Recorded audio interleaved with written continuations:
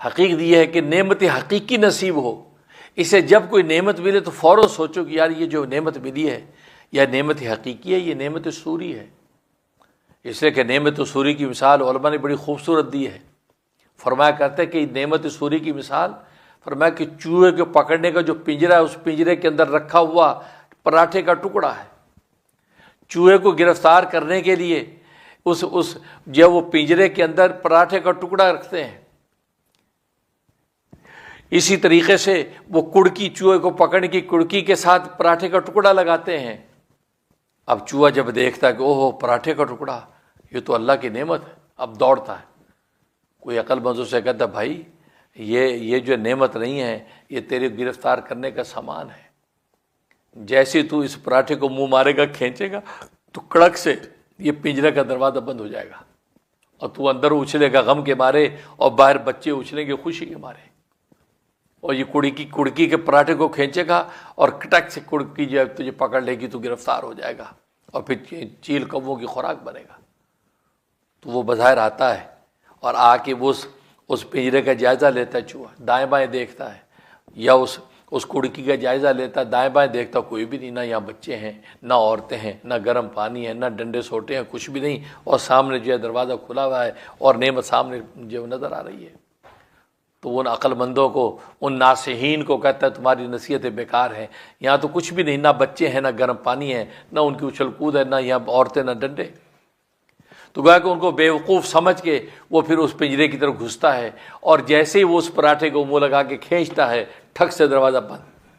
جیسے دروازہ بند ہوتا ہے، اب بچے بھی نظر آنے لگتے ہیں، اور گرم پانی بھی نظر آنے لگتا ہے، عورتیں بھی ڈنڈے لے کے نکل آتی ہیں، کیونکہ پورا ماحول کہ جو آج ابھی پردے کے اندر تھا، سارا کا سارا ظاہر ہو جاتا ہے۔ اب اس کو سمجھ میں آتی کہ اوہو یہ نصیحت کرنے والے تو بیچارے سچے تھے، میں نے خواہ ان کے ساتھ ضد کی اور مارا گیا۔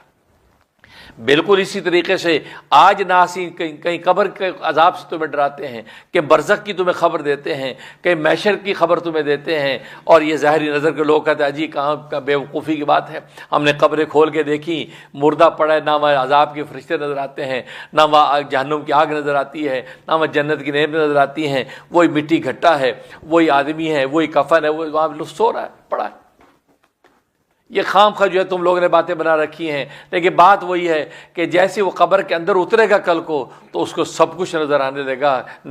لگے گا، منکر نکیر بھی نظر آنے لگیں گے، جہنم کی کھڑکیاں بھی کھولیں گی، جنت کی کھڑکیاں بھی کھولیں گی، وہاں سب کچھ اس کو دکھائی دینے لگے گا۔ لیکن ہر چیز کی ایک وقت ہے، ہر چیز کا ایک بارڈر ہے۔ دنیا کے اندر جیسے ایک ملک کے بارڈر سے جب دوسرے ملک کے بارڈر میں آپ قدم رکھتے تو سارا قانون بدل جاتا ہے۔ ایک ملک کا قانون الگ تھا، اور جیسے آپ دوسرے ملک کے اندر داخل ہوئے ہیں، ایک بارڈر کی لائن ہے، چھوٹا ایک برزخ جیسے کہتے ہیں، برزخ ایک بالکل پردہ ہے، بس جیسے ادھر اترے سارے کے سارے قانون بدل گئے، ٹریفک کے قانون بدل گئے، جینے رہنے کے قانون بدل گئے، پڑھنے پڑھانے کے قانون بدل گئے، پورا نظام ہی بدل گیا، حالانکہ صرف ایک لائن ہے بیچ میں۔ اس کا مطلب یہ ہے کہ دنیا کے اندر سرحدیں بدلتی ہیں تو پورے کے پورے احکام بدل جاتے ہیں۔ بالکل اسی طریقے سے جب اس دنیا سے قبر کے اندر داخل ہوں گے، اس سرحد سے اس قبر کی سرحد کے اندر جیسے داخل ہوتے ہیں تو وہاں پہ سارے کے سارے نظام بدل جاتے ہیں،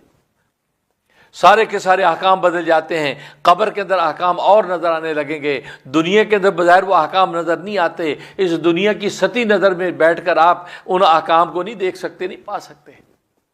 ہاں اگر پانا ہے تو بس یہ ہے کہ اب آپ جیسی قبر کے اندر اتریں گے تو وہاں آپ کو نظر آئے گا، وہاں منکر نکیر بھی ہیں، وہاں عذاب قبر بھی ہے، وہاں برزخ بھی ہے، وہاں پر جنت دوزخ کی کھڑکیاں بھی وہاں تمہیں سب نظر آئیں گی۔